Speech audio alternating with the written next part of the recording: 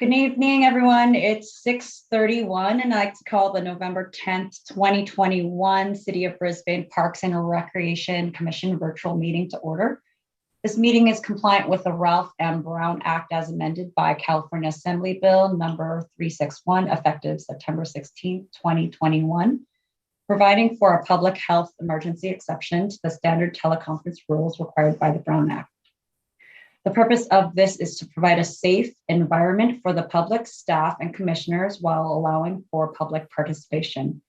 The public may address the commission using exclusively remote public comment options.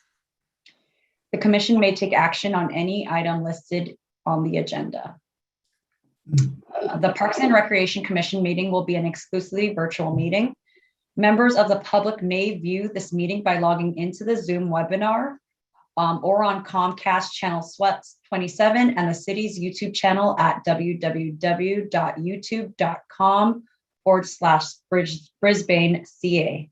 The agenda materials may be viewed online at www.brisbaneca.org/meetings.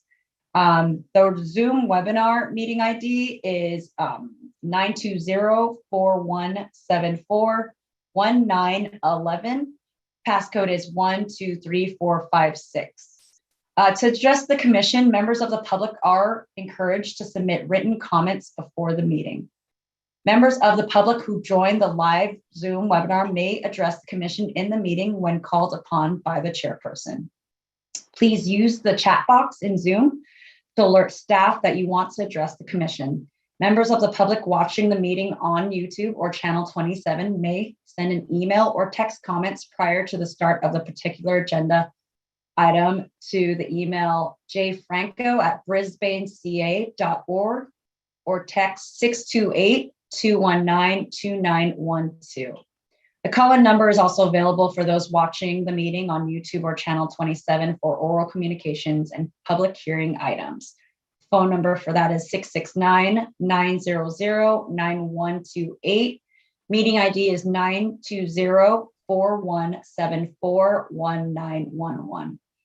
If you need special assistance to participate in this meeting, please contact the Parks and Recreation Department at 415-508-2140 in advance of the meeting.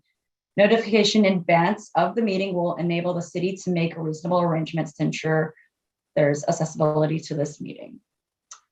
So the next item of our agenda is roll call. So I'm Natalie Ocampo, Chair of the Brisbane Park and Recreation Commission.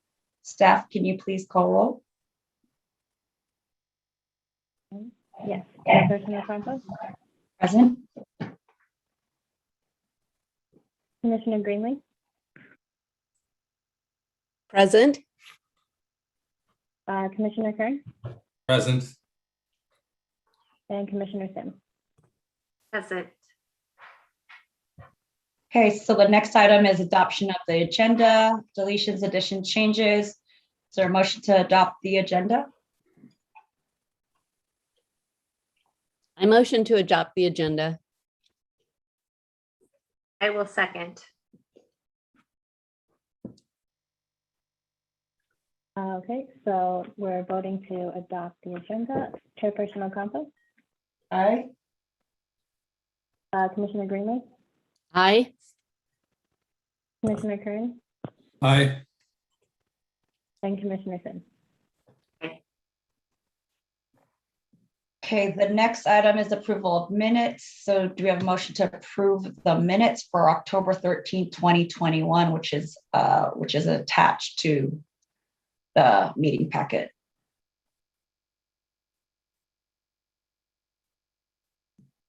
I I'm Make a motion. Go ahead. all of us at the same time. I move to approve the minutes. I'll second. Okay. To approve the minutes of the October 13th meeting, Chairperson Ocampo. Aye. Commissioner Greenlee. Aye. Commissioner Kern. Aye. And Commissioner Sim. Aye. All right, the next item is our citizen communications. And it looks like we all received a letter to our addressed to our Park and Rec Commission from Sarah Duffy, subject about parent concern about the after-school program safety and structure. So,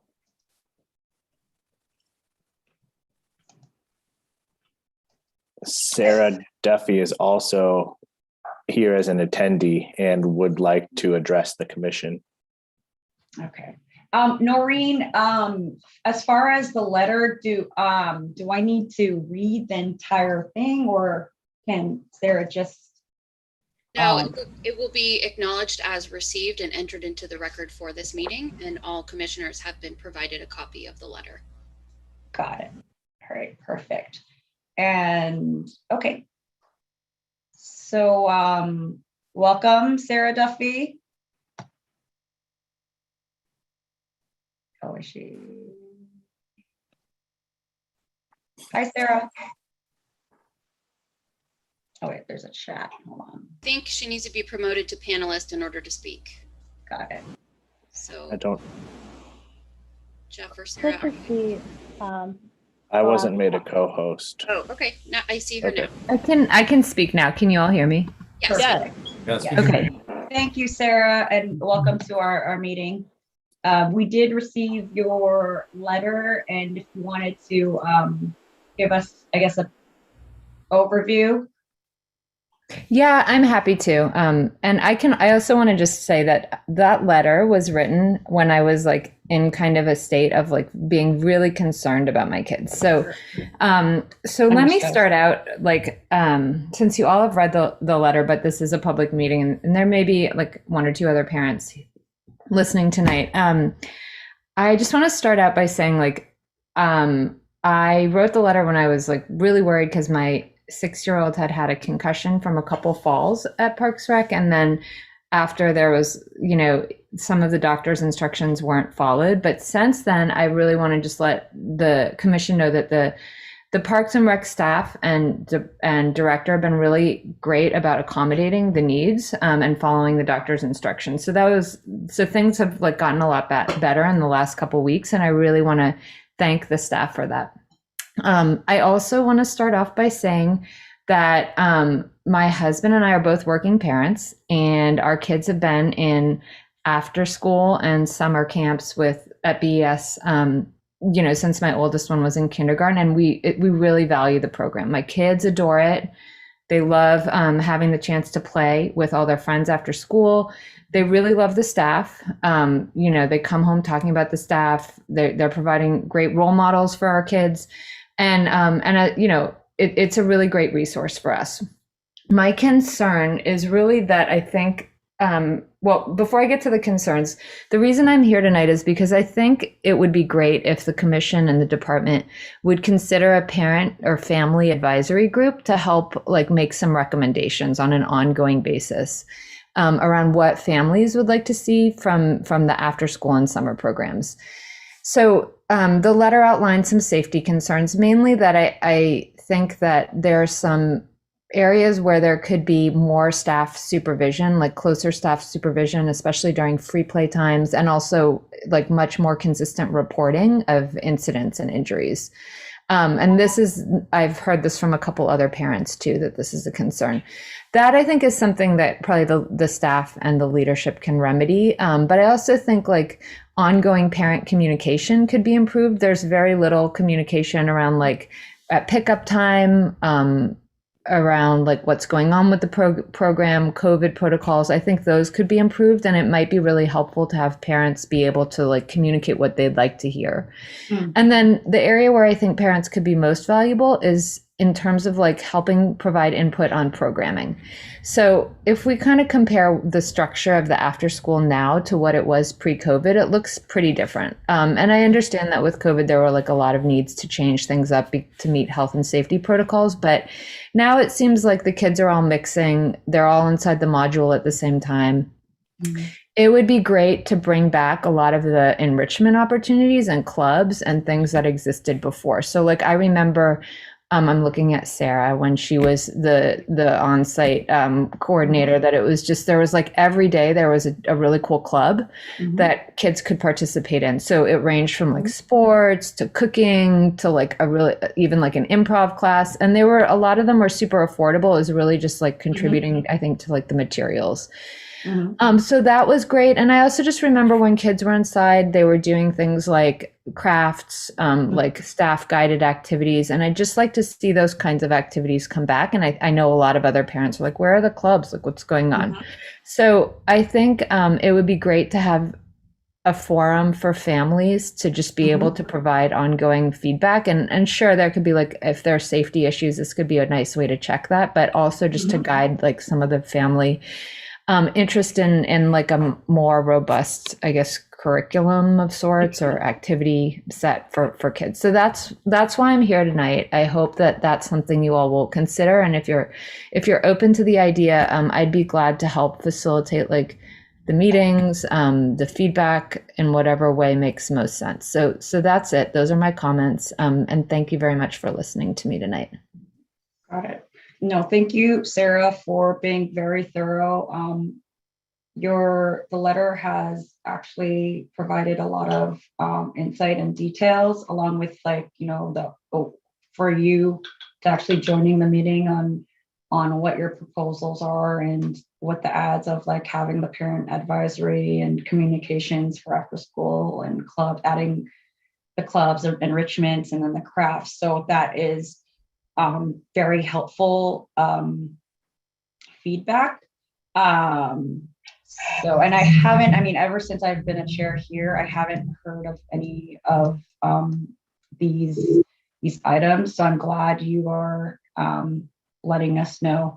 As far as the standard procedure, Noreen, is there any, I guess, like, was it, Sarah, you mentioned there were other parents? I don't know if anyone else is here tonight. Okay. Got it. Okay. As far as I'm seeing in the comments a couple of other parents commenting. I don't know if they want to speak, but just wanted to share that. is there just Haley Henderson and yes. Oh, I see now. Okay. Yes. Ray. Should I read the comments or should I ask them if they would like to speak to the commission? Yeah, you can inquire if they want to address the commission or just enter their comments that they've included in the chat into the minutes for the meeting. So I'll also read it off. So we have like we have Haley Henderson, who has a comment on adding supporting the idea of a parent advisory group. We have Thuveray, who would love to see enrichment clubs as well, and a provided structure and learning for the kids, as her boys enjoyed them quite a bit. And also a recommendation on bringing back the one-day camps for holidays, such as like Veterans Day is coming up, and then the in-service day coming up in January. And then perfect. And then, so those were basically the two attendees. So thank you again for those attendees and Sarah for providing those details. As far as the next steps for this, so the standard procedure for this is that just like what you guys did, address the commission so that we can actually review this. We do have a subcommittee for this to look at and to investigate these specific topics of interest that relate to this. So they have a general, they should basically dig in and look deep on the details for this and gather the information and develop a proposed solution, which then next gets to be presented to the regular meeting. It looks like either in, I believe in December or January, depending if there's a winter break. So that's basically like the next step is our subcommittee. And then Noreen, who is part of that subcommittee? It looks like the two commissioners currently on that subcommittee for recreation programs are Frank and Julie. Got it. So Frank and Julie, they are part of the subcommittee. Thank you. They will meet and look into more details on this. So again, thank you so much for bringing this to the meeting. We do all understand that, our goal is to make sure that everyone is, especially our kids, have that safe environment, and that those clubs for basically developing our kids and, providing that healthy environment. So thank you. Lisa? Yes. Hey, do I need to address the chair? Who's the chair? That is myself. Oh, okay. I'd like to just talk a little bit about the parent advisory committee idea. Sure. Okay. My child is 19 and he was at BES many, many moons ago. Loved the after school program. It saved my life. But I think a parent advisory committee, maybe on a semi-regular basis, just coming to this committee or the subcommittee and giving ideas is a real on the ground idea. Because, parents are kind of out of the loop when it comes to affecting programs in a direct way. And this would really help, I think, bring ideas forward. I know I've heard that because of COVID, a lot of the enrichment and clubs and everything just were canceled and just didn't happen because it was just impossible with the COVID situation. Now that it's ramping back up, maybe we could, this advisory committee could come to a meeting on a regular basis and give ideas to what they'd like to see. And then they could kind of know what the city is actually doing behind the scenes and feel more involved. And I think that could only help the program. That's just my 2 cents. I always think more public involvement is better. And parents are the ones who are actually using this program. Right. So that's my 2 cents. I'm going to stop there. Thank you. And through the chair, just want to kind of agree with Lisa. And just one thing, I know Frank and I are on this committee. I just want to make sure whatever we do is expedient so we can address some of the concerns, especially when I see like the in-service day coming up in January. If we meet in December, I want to make sure we're moving rapidly, and I'm willing to kind of move anything up that we need to make sure we address the concerns. And I too like the group. And I just want to make sure for whatever meeting we have that we have the group's input so that we're able to consider what changes we need to make. Right. Yeah, and I'll back up Julie on everything that she just said.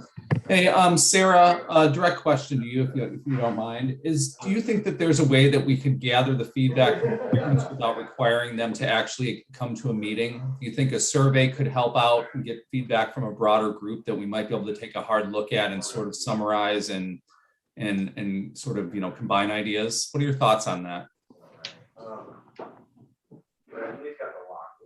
Let me see if I can. Okay. Sorry, I was unmuting.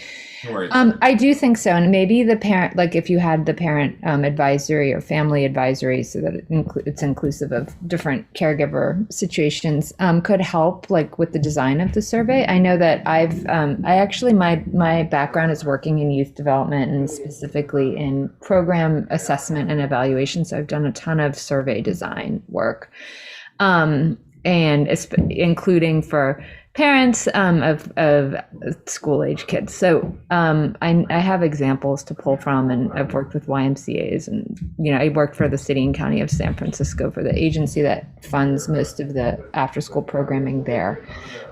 So yeah, I do think you could do a parent survey, and I think I did look at the kind of community survey that was attached to the agenda packet, and I think it could be more specific, right? So you're actually getting kind of into so you may want, I know in the past, like pre-COVID, there was definitely like, there were surveys, like there were definitely surveys that the after school program issued. And again, I'm cognizant of like a lot of the stress factors and other things occupying staff time because of COVID. Like there's a million things that didn't exist before that staff have to deal with. But I do think that now that like you're kind of fully in the swing of full after school and summer, there are a lot of great things that parents could weigh in on around their preferences, ranging from like what days do they need extra support, like the holidays are coming up, also, and then like what kind of enrichment are they interested in.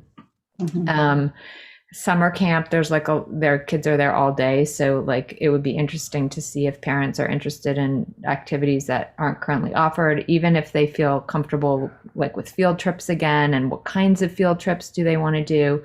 So I do think there's a lot of opportunity for parents to give feedback. You typically, like the response rate won't be it'll be maybe half of the participants or even lower, but at least you're giving parents and families that want to weigh in the chance to weigh in.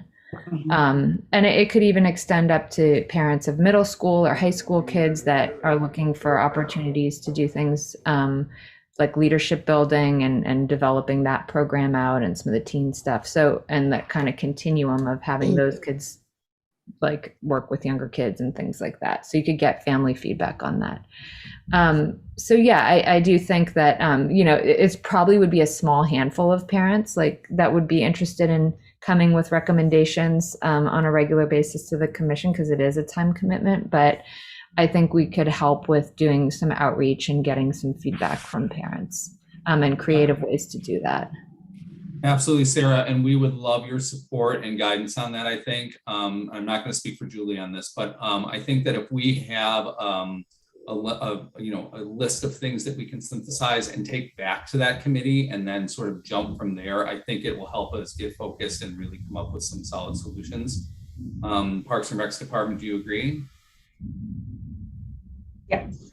Yeah, and the other thing I would say is in my former life, I was in survey development and research too. So I'm happy to craft that. So I think that's a great idea. I want to make sure we're hitting the nail on the head. The other thing I'm interested in is the communication piece that you mentioned, Sarah. Just, I'm a professional communicator, so I totally understand wanting to know, just what's going on and any solutions I could help craft there so that parents know what to expect in terms of COVID and anything else. I'd be happy to help there. Yeah, that would be great. I think it would be, ranging from just getting updates like regularly. Of course, like when there's an incident, like parents want to know. And that I think I've, definitely called that out, and I've like talked to the staff at length about that. So that's one thing. But I think just at pickup time, it's good to know, especially with the littles, like when you have a kindergartner or first grader, like how'd they do? How are they doing? And that was always something that made me feel really comfortable when my older son was like having some challenges as a kindergartner. Like the program really did so much to help him, like with some of his behavioral improvements. And so those nightly check-ins were great. So that's like one area. And then I think definitely with COVID, like, if all the kids are kind of together and they're going back in the module pre-vaccine, like that's something that parents definitely want to know about, and they might choose not to have their kids in. And then just like what's available, and then what's happening in programming, because it's hard to get that kind of information from kids, that especially young kids. Like, what did you do for 3 hours after school? They just don't know. Yeah. Or they know, but they just don't. They're not good. They're not good communicators all the time. Great. Thank you. So with the subcommittee, we'll set up the meeting. It looks like we have an item on our agenda to set up that subcommittee meeting with Lisa and Frank. Or Julie. No, Julie. Sorry, Julie. Sorry. That's no problem. Julie and Frank. We look alike. We're like sisters. Yeah, exactly. Sorry. Is there anything else with other citizen communications that we received, or was it just that one item? Nobody else from the chat wants to speak to the commission right now. They just we're here to agree in agreement. Okay, perfect. Okay, so Sarah, we're going to move on with the remaining of our agenda. Feel free to stay on, and someone actually will get back to you on the next steps. So once our subcommittee meets. Thank you. I really appreciate it, commissioners and Parks Rec staff. Yeah. Thank you, Sarah. The next item are presentations. So we have a couple. One is the introduction to new Park and Rec admin assistant, Jovi Bondoc. Welcome. That's me. Hi. Thanks for having me, everyone. Hi there. Hi, nice to meet you. I'm just taking up space at the moment as I continue to learn the ropes. But once I get the hang of things, then you can come to rely on me. So thanks for having me. Happy to be here. Perfect. Yes, and you're working with a great team. It's amazing how many events and programs we have in this town, and they've all been so successful. So we're glad to have you on board. The next item is an overview of the department's sports programs. That's me. Hi, Rick. How you doing? How's everybody doing? Good. Good. I'm going to share my screen real quick. I got a couple of pictures to show you. There we go. Awesome. Can everybody see that? Yep. Go Pirates. Yes. There we go. All right. So I know most of you know me from doing events and stuff for the city, but I also do all the sports for the city. So because of COVID, the amount of sports we did was just tiny. It was a tiny fragment of what we usually do. But the one season that we did do for the kids was baseball. And this is one of our teams, the Brisbane Pirates. We do 3 baseball teams. We do a T-ball team. We do the Rattlers, and we do the Pirates. The Pirates are our 3rd and 5th graders, and then our Rattlers are our 1st and 3rd graders, and T-balls, the Stars, they are our kinder team. So here's a couple pictures of the season. The older kids did very well. I think they went undefeated until the last game. Oh, Yeah. so great. It was an exciting season for them, and all these kids have been playing together since they were in T-ball. So it was pretty cool. And this was, for most of them, was their last year until moving up to the older teams.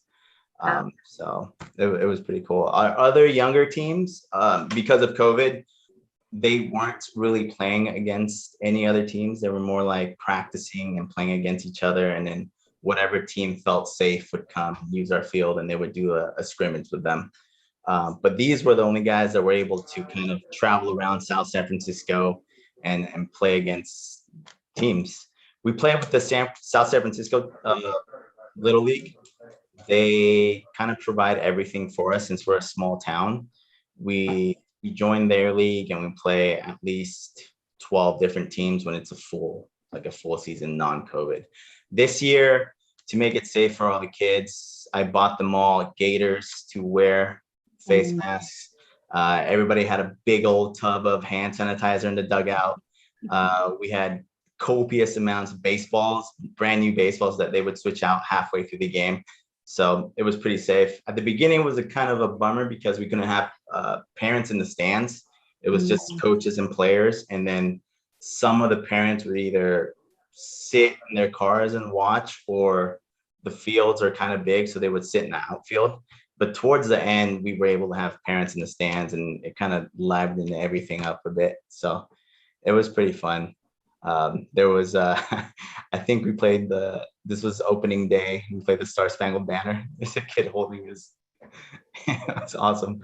Okay, so that was baseball for the young kids, and then we had adult softball, which kind of was awesome this year.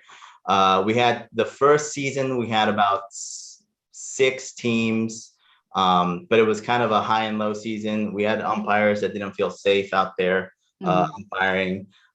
We had a couple teams that wouldn't show up to play because they would have, somebody would test positive for COVID or whatever. So a lot of the season was up and down. It was more like scrimmaging and just, everybody kind of picking up a bat again and learning how to play a sport. This is Brisbane has a team, and it's made out of all like the Brisbane dads and the baseball coaches, and they come out and they play softball against Dustin. You guys, I'm sure you guys seen this guy around. Oh yeah. He goes that Rob in the back. That was one of our T-ball coaches. Yeah, Ryan. So it was pretty fun. This was the end championship game, playoffs. That was one of my kids that I coached when he was just a young guy. Now he's our scorekeeper for the city. His name is George. He's awesome. Champions right here. Champions again. Yeah, so that was softball. I think next year softball is going to be awesome. We had a good season at the end, and we had 7 teams. We had 2 teams that were probably a bunch of college kids, so it kind of made everybody a little bit more competitive, which was cool. But yeah, that was softball. And then I heard a baseball joke from one of the Pirates. Yeah, what was it? They said, "Do you know why we're called the Pirates?" And I said, "Why?" He goes, "Because we are." There you go. Yep. There you go. That's awesome. And aside from that, was kind of like the organized sports that we did for the year that we could do. Baseball was probably the safest sport that we could do. So I did a couple pop-up events. This was one of them. We did a cornhole tournament underneath the gazebo. We had about 11 to 12 teams show up. We did it spaced out, same thing, hand sanitizer. People could wear their masks if they were, you had to be the same household, same team, that kind of stuff. And that was pretty fun. A couple pictures here. We have, I think it was, what was it? We did it for 2 hours. We had it sponsored by a brewery, Fort Point. They came out, and yeah, it was a good time. They're champions right there. Let's see. And yeah, I think, is that all the pictures? Okay, that was all the pictures. But aside from cornhole, I'm starting to promote pickleball. We had a pickleball drop-in on Thursday, the 28th of last month. We had about 15 people show up. It was awesome. Probably next year I will do a pickleball league, because that's picking up traction all throughout the peninsula, and I think it'd be awesome for Brisbane to do it. Basketball for the young kids is starting this month. We have our middle school kids playing basketball against Millbrae, South San Francisco, and San Bruno. That's going to be a 3-on-3 league. We're going to model it after the Olympics. So I think if we get that going, parents will feel safer playing sports again, their kids playing sports against other cities. Then after that, we have flag football for the young kids. We have them for the BES. I'm going to do a flag football club. We have about 17 kids signed up. So that will start after AYSO ends. AYSO ends in about 2 weeks, I think. So we're going to have kids out there playing flag football.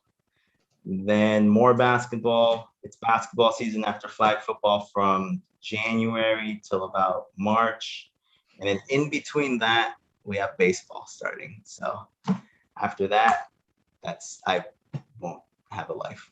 So sports will run everything. So yeah, I'm hoping Brisbane bounces back. And before COVID, we had about, oh my goodness, it was 4 teams for each sport. We were playing Hillsborough, Burlingame, Millbrae. We were up and down the peninsula. It was fun, and it took a long time to build, but I think this coming year, we'll be back, and I just want to coach stuff again. Right. Go ahead, Lisa. Oh, I'm so happy to hear that you've got great coaches. That was always a big problem. And just to hear that the parents are so involved and you guys are so successful, that really makes kids love sports. You know, when you really know how to coach, it teaches kids something and they can take that forever. But my question is you're going to do football after AYSO is over. And I am concerned about, are you going to do it at Lipman Field? Where is it? We're gonna do it at BES. It's only for the younger kids, for the first through fifth graders. Yeah, and Okay. it's flag football. Yeah. And it's going to be more, I have it set up as the kids learning the sport more than actually playing games against each other. Right. So it's more of a passing league. We're gonna run drills. We're gonna learn how to run routes, catch the ball properly, throw the ball properly, and it'll most likely be once or twice a week. No, that's fabulous. My question is how are the fields doing? Because we were having some complaints from AYSO that the Lipman field was pretty bad. And BES tends to be a mud pit when it rains. Not that, I mean, football is great in the mud. It really is. But is there anything that maybe the city could do to help with the field and the mud? I mean, the mud and the rain, kind of, that's for all the fields around here. They turn into a mud pit. I know Mission Blue, we've been working hard to maintain that baseball field since that's the one that's the most used. Right now, we have about 3 different baseball teams using that field. And the way we maintain it very well is the teams actually put work into the field. So when they show up, they drag the field. They pick up garbage around the field. They do all that. And that's for all 3 baseball teams. And the Academy of Art softball, that's their home field. So they also put a lot of work into the field at Mission Blue. But here, I think we have a joint agreement with the schools for BES and Lipman. And I don't know, with the rain and all that, with the wet season coming in, and it'll be a little tough, but I think we could figure something out. And the rain's good for the field, to be honest. It is good for the field. I just don't know if the turf is ever going to come back if it doesn't get some kind of attention and some kind of reseeding or something. Yeah. And anyways, I just wanted to make sure that those fields get some attention before they get used again. You know, I don't think BES has too much of trouble. I think you can use BES just fine. It'll be muddy, but that's okay. But Lipman really needs attention. And I just want to bring that back up, that we need to work on Lipman. Lisa, I do have a brief update from our Public Works Department regarding Lipman field maintenance that I'm planning to share under the department report later this evening. Okay, great. All right. Well, good to hear that our teams are doing well. And I'm really proud of all the coaches. They should just really be hugged multiple times. Absolutely. I appreciate them all. They're all parents of the community, so it's awesome. It's really you guys are really, really lucky because that does not always happen, especially in a small town like Brisbane. Some years they just don't have parents that have any time or any knowledge. You know, having the knowledge is just great. Anyways, there you go. Cool. Thanks, Lisa. Thanks, Trevor, for the update. Oh, you have more? No, that's it. That's all I got. Oh my, you've been very, very, thank you so much. Thank you guys. Thanks for coming. All right, time to move on to old business. Do we have any old business? Nope. All right, new business. We have a review of the 2017 needs assessment survey, which is attached, and established goals for the 2022 community-wide survey. So you scroll all the way down. Yeah, so I'll do a share screen, Natalie. Okay. Oh, perfect. As Natalie mentioned, we are moving forward with the needs assessment survey. The last time we did one was in 2017. So 5 years later, I feel like it's the right time to be tackling that. And post-pandemic to just have a really good pulse on what it is the community wants and needs in the way of programming and services. So the commission identified it as a priority goal for 2022. And, you know, the overarching purpose is to engage residents and solicit their feedback and identify priorities for the future of Parks and Recreation in Brisbane. So what was shared as part of the attachment to this evening's agenda was the questions that were used in the needs assessment survey from 2017. I'll go ahead and do a share screen. One moment. Are you able to see that? Yes. Okay. Oh, yeah, now we can. Yeah. Okay, great. So what I felt that we should do this evening is to just quickly go through kind of the general content and themes that were identified for the last needs assessment survey, and then to identify some themes or goals with how we want to frame the questions in our upcoming needs assessment survey. So you'll see that the past commission focused on trail improvements, community spaces for recreation, innovation, teen services, town connectivity, and then just general demographic information from the survey itself. So it would be helpful for us in building and framing our survey to kind of identify what types of questions we want to ask, what type of information we're trying to gather from the community, and then go from there and use those to guide the process. So there you go.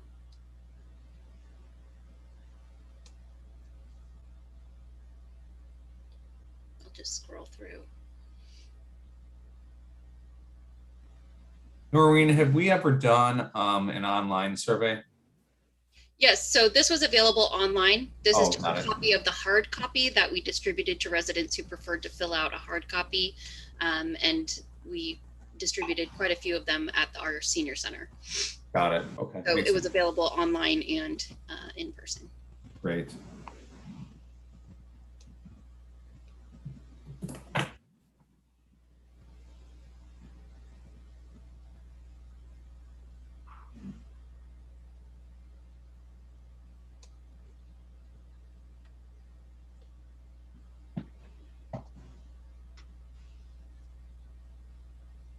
So I will stop my share and then open up the conversation to the commission to discuss what it is that we are wanting to achieve and the types of questions that we think we might anticipate asking through the needs assessment survey.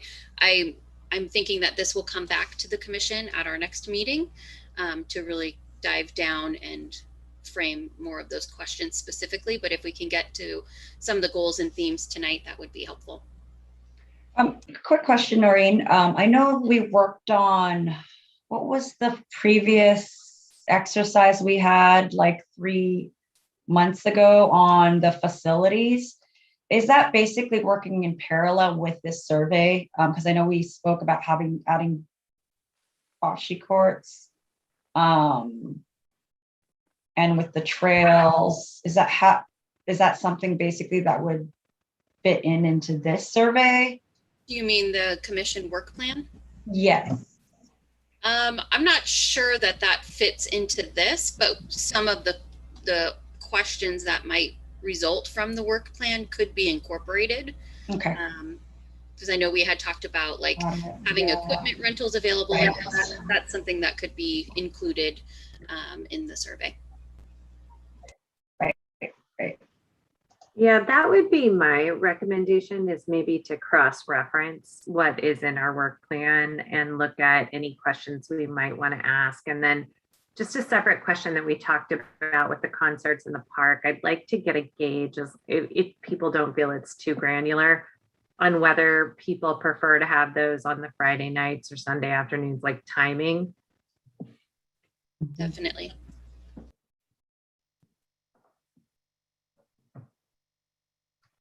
I also want to know if we could specifically ask something in this survey, and I'm sorry, I just scanned it. I didn't really read it. That really maybe drills down to parents, like is focused on what parents really want. we're doing an awful lot, but maybe somebody has some new ideas. You know, like, do you have kids? What are your kids interested in? I just think something more specifically targeted to Brisbane parents would be a good addition. Is there, I guess, like, to add to that, Noreen, I'm not sure, like, also with, this is basically focused on the after school care. Is that what you were mentioning, like after school care, Lisa? Well, yeah, maybe, but just broader in general, how are parents feeling about what the rec department does for them or doesn't do for them? You know, how are they feeling about the rec department, and how do they feel that their kids are being engaged? You know, maybe it's after school, but maybe it's all the sports, maybe it's you know, maybe some art programs, or, you know, just something more geared toward what parents would really like to see. Because I know that when I had a kid in Brisbane and in school age, you know, it would have been helpful to have more parent input on what the rec department was doing. And that this is probably where we could get some more feedback specifically from parents. You know, also, you know, in the same vein, we could ask about seniors, you know, just specific questions to seniors. But yeah, so much of our rec department is geared toward kids, and I think it would be good to ask just the parents some specific questions. I'm not good at coming up with those questions. I think probably Julie is better. But there you go. And I'm happy to help with this. Again, I used to do survey design in my former job, so I'm happy to help with that. I do think some of these, one of the questions about like which of these rec facilities do you use? I think for some of the newer people, they may not even know what they are. So I think that's a question we might want to just look at, like, where do you get your information about the various facilities? And, you know, how would you like to get information? Because I do think talking to some of the newer people to Brisbane, that's something I find that they're not even sure what's what. And sometimes you can use a survey as a learning tool too, to teach people things and give information.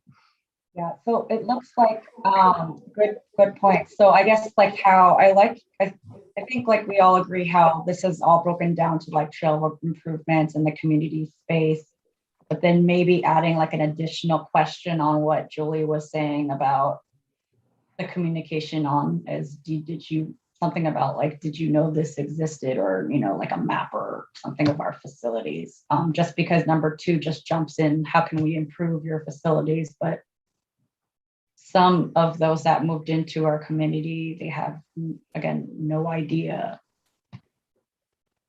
these existed. So Yeah, Julie, that was a really great, I'm sorry to interrupt, Natalie. No. Go ahead, Frank. And that's a great, Julie, that is just an amazing point, and I agree with you. Also, I think that we can find out how they want to learn about programming. I had no idea there was a pickup pickleball thing the other night. You know, I would have been standing there with bells on. So yeah, just to make sure that we are giving people the information in the channel in which they want to receive it. So maybe they're crafting a question along those lines in terms of communication. We've got so many channels at this point. It's just like, you know, unless you're following them all. Yeah. I think number 18 highlights the preferred methods too. Yeah. But I mean, sometimes people don't get their emails, you know, or the hard copy of the mail or the newsletter. So a great point. Yeah, and we can use it as training. We could put the blast, you know, comes out every Friday, the Facebook page, like all of the things, and give the information as a learning tool. And what Julie also mentioned about, I know like we talk about the teen services, but also adding the section on seniors. That's not in there. And it has our events as well. And I don't mean to interrupt again. We're in we're hopefully almost in a post-COVID world, or a post apocalyptic world as we've just lived through.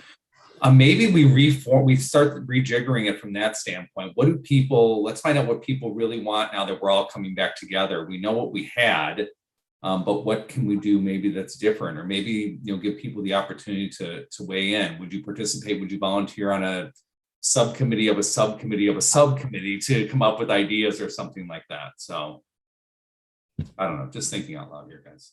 Right. I agree with that, because the other thing I thought that could be helpful was just asking, what their preferred way of exercising is, and, just cross-referencing that with what we have. Is it running? Is it jogging? Is it yoga? Is it, because this is a town with many outlets, but I don't want to be wrong about this, but no real gym that I see, where people are going. So it would be interesting just to know what people want so that we can adapt accordingly.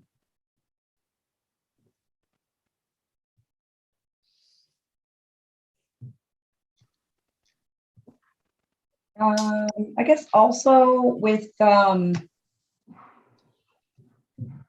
guess there's also, I know we with a lot of families with kids that we want to have those enrichment programs. Like we have the leadership program for it, the leadership and training. I don't know if there can be a question on that, like a kind of like, a skill to evolve our kids into, developing them into those kind of leaders, to prep them for maybe what age is it, Sarah, they start out with? My kids did part of this program, actually. She's like in 7th grade or 6th grade.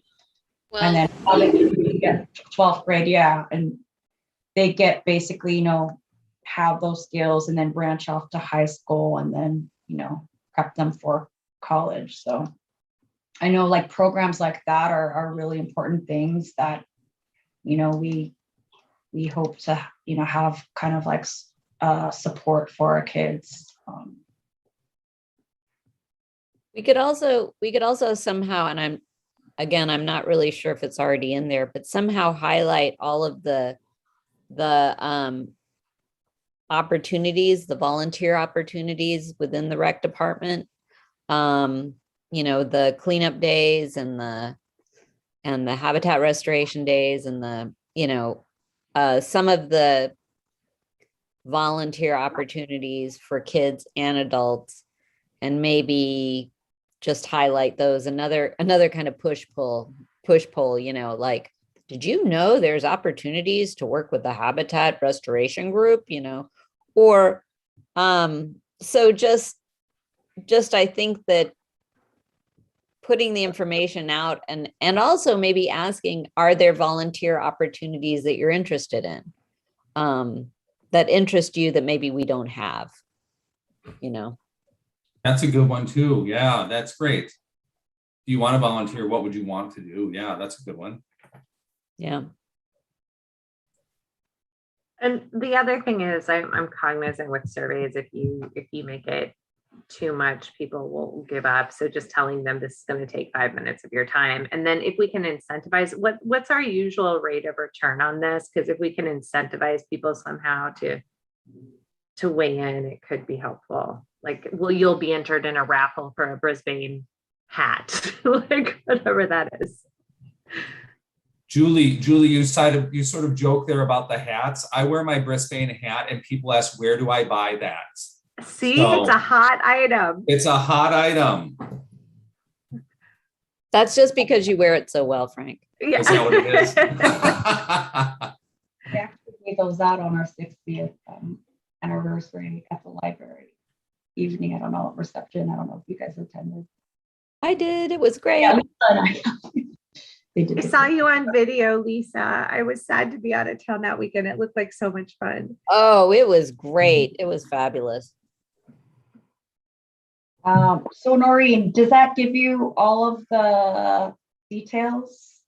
Yes, I took notes over here. So when we regroup at our next meeting, I'll kind of provide these categories and then we can expand with a list of questions. Got it. No, thank you. This is a lot. This is my first time actually seeing this, I think. And But if you want great. someone to go over it with a fine tooth comb, I'm happy to do that. Excellent.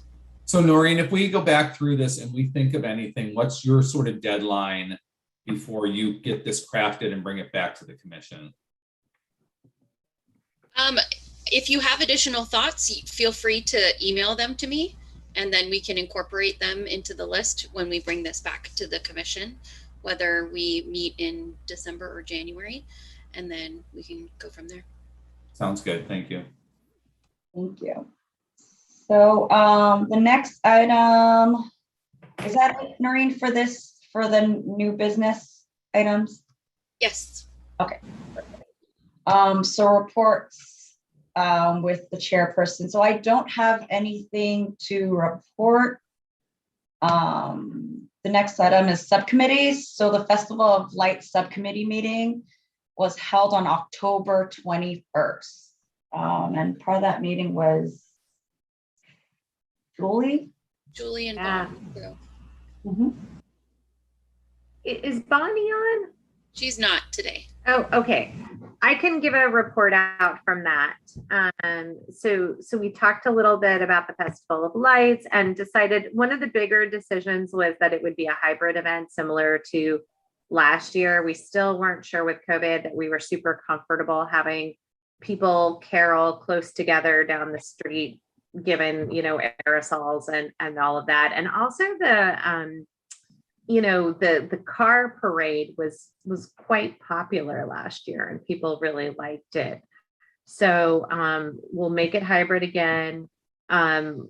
People driving their decorated cars, assembling in front of City Hall, at the community park, taking a different kind of longer route, and then potentially announcing not necessarily maybe a new tree. From what I understood, we'd have the same tree, but we'd be christening a tree in waiting, if you will, that eventually would grow into the Brisbane tree. That was kind of the idea. And look at having a snow globe that I think has been popular in the past for pictures, and an inflatable snow sledding station for kids, which is newer, the inflatable snow sledding, which sounds super fun.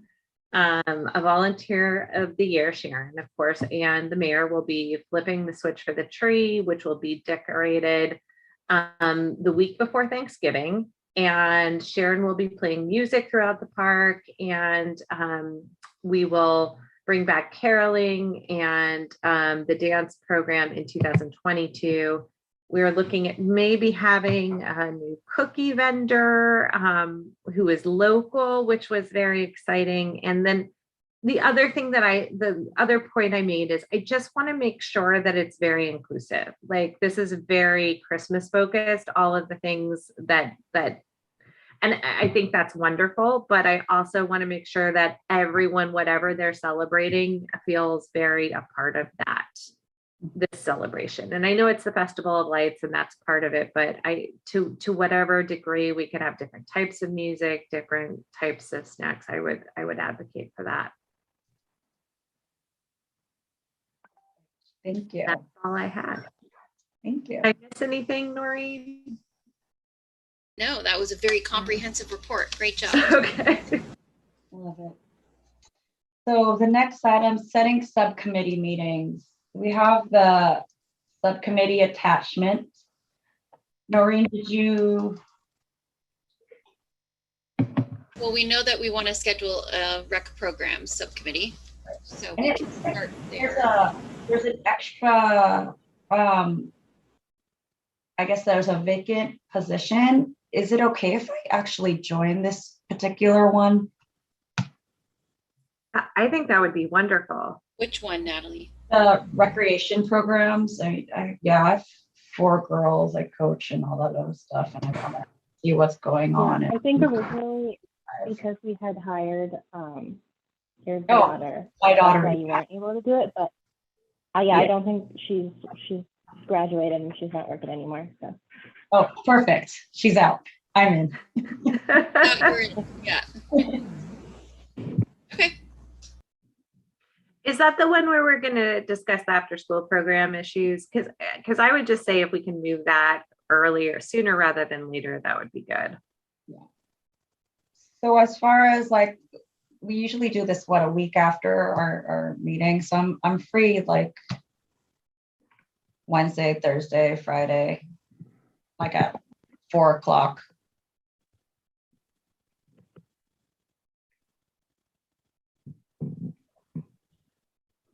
Is this for next week? Next week? Yes. I So- can do Wednesday starting at 5. That's the 17th. Hold on, I'm looking at my calendar, guys. One moment. Sure. And this is through Zoom, right? Is this? Okay, perfect. I am free on Wednesday, the 17th after 5 as well. All right, perfect. Does 5 o'clock work or 5:30? Yeah, can we do 5:30? Does that work for you, Julie? Yeah, that's great. Okay, let's do 5:30 then. Okay, so Perfect. that was Wednesday, the 17th at 5:30 for the rec program subcommittee. Perfect. Great. Will we have time by then to gather, like, do we feel like we need to gather more parent feedback before that meeting? I got a timeout. Sorry. Oh, no problem. Or I think we'll have everything we need. So I guess Noreen, Julie, Frank, have you guys met yet on the subcommittee, or is this the first time you guys are meeting for this? First time. This is the first time. Okay. Noreen, is this, I guess, like do we have somebody from the staff joining or that can give us a background during the meeting? Or? Yeah, there's always staff present at the subcommittee meetings. I did just receive a notification that the state of the city is scheduled on the 17th also at 5:30. So we might not overlap with that, just so that we're not restricting participation or having people have to make a choice between one or the other. Yeah, that's no good. I'm free on the Thursday as well, after 5 o'clock, and Friday, but I don't know if people want to meet on Friday, but I'm free on Thursday at 5. I can do Friday, actually. Thursday doesn't work for me, but Friday would. Would that work for you, Frank? Friday, the 19th. Yeah. If we can do it at 5:30, yes, it will work. Sure. Noreen, does that work for you? I will double check and confirm that staff can be present then, Friday night. Okay. And then should we provide you with a second, is there a second date, Julie and Frank, that you guys have? I can do something in the week of the 22nd. Yeah, same. Me too.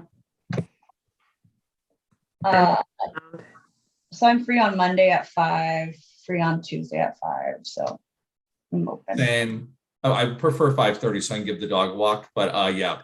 Yep. Okay, so I can do Monday the 22nd or Monday or Tuesday the 23rd at 5:30 as well. Perfect. Yep, those days. Yeah, I've got a meeting Tuesday at 6, and I have I think Monday at 5:30 will work. I have a dentist appointment at 3, and hopefully it'll be over by 5:30.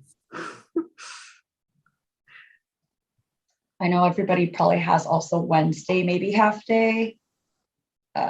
But I don't know if I want to keep the staff open for Wednesday.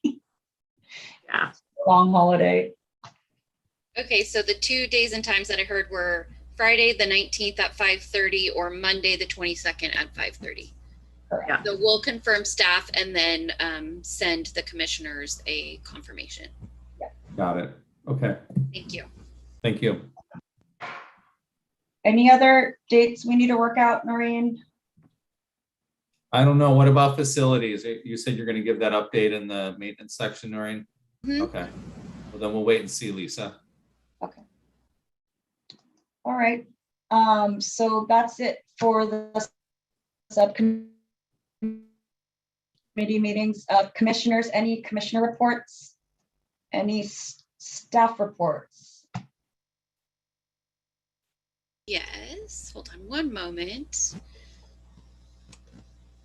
All right, so the resurfacing project at the dog park has begun. The contractor started on site there, kind of grading this week, and delivery of materials has begun. So it's nice to see some progress starting there. We anticipate they'll be there at least for a couple of weeks. And then once we have a little bit more definitive answer on when they think they might be complete, we will convey that to the commission and to the public when we anticipate the reopening occurring. And I believe council might want to do some ribbon cutting or reopening festivities. So we'll be sure to include the commission in that as well. So stay tuned, but it's exciting. And then the Lipman field update, I did provide this when I received it from the Public Works Department. I provided it to the rec facilities representatives. So they did go out on site with their landscape contractor. They took a look at all of the irrigation system to make sure that it was functioning properly and all of the sprinklers were in working condition. They confirmed that they were. The dry spots were caused by the city's efforts to conserve water, and the run times on some of the individual stations were not enough for the heads to make the necessary complete rotation during the watering cycle. So they established a plan to water once a day, 1 day a week, and have longer run times to make use of the water that was permitted. Since there is a rain sensor, the field will not be watered for 48 hours after any rain event. They'll be cutting back the water as the weather cools and we get further into winter. Once it starts to change, they'll resume the programming if the drought restrictions allow. The contractor will aerate the field as weather allows as well, which will help with the recovery of the turf. And they are working to determine the best time to fertilize and reseed, likely in early spring when there is new turf growing to fertilize. And they have the pest control contractor that's out there still addressing the gopher issues, and they're filling holes as needed. So that's the update regarding Lipman Field maintenance that I was provided by Public Works. And so we'll continue to stay on top of that and informed with their crew, as well as provide updates to Tony as he requested. And is there, like, there's a big puddle to the right, like midfield, I guess right or left is depending where you're looking. If you're facing the field from the street with the swimming pool on your left, right in the middle, there are just all kinds of holes. And my dog always drinks water from them, which is how I know, which isn't great. And like, what is that caused by? I think that the field just has really poor drainage. I've been told that it always has had issues with drainage, but we can definitely ask the crews to take a look at filling holes if there's holes there that are causing the additional pooling of water. That's one thing. And I guess the other bigger question I have on that is to Tony's question about, like, should we look at getting turf on there? I don't know. I can't remember now if it was on our work plan. I don't have a lot of information or ideas about turf. So I'm curious if it's something we should be considering as a group or putting on a priority list. It is on the capital improvement project list. It has been for, okay. I think, I want to say like 15 or 20 years now. Just hasn't been prioritized or funded by council. It's pretty costly to do a full field renovation. It's probably around $2 million. Oh, wow. Yeah. 2 million. Okay. Well, Wow. that's a lot. I was going to say maybe the saving water would offset it, but 2 million is It's a lot of water. yes. Well, I also kind of hope that that might be something that we get when the Baylands are developed. I know that's way in the future, but artificial turf, like if you plan that in the build out beginning stage, it's a lot cheaper than trying to retrofit a field like Lipman. I'm happy to hear that they're thinking about reseeding and fertilizing, because again, I think nurturing that field will do a lot more than just mow, blow, and go. You know, just mowing dirt doesn't do anything, you know, but actually seeding and watering and fertilizing will help with the turf. So there you go.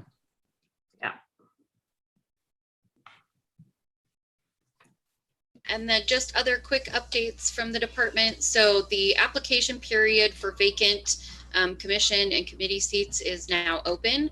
It will be open until January 14th. We do have several vacant seats on the Park and Rec Commission. So if you know anybody that's interested, feel free to get the word out. And then upcoming events, we have the Star Building Workshop that Sarah will be hosting at Mission Blue this Sunday, and then the Festival of Lights on December 5th.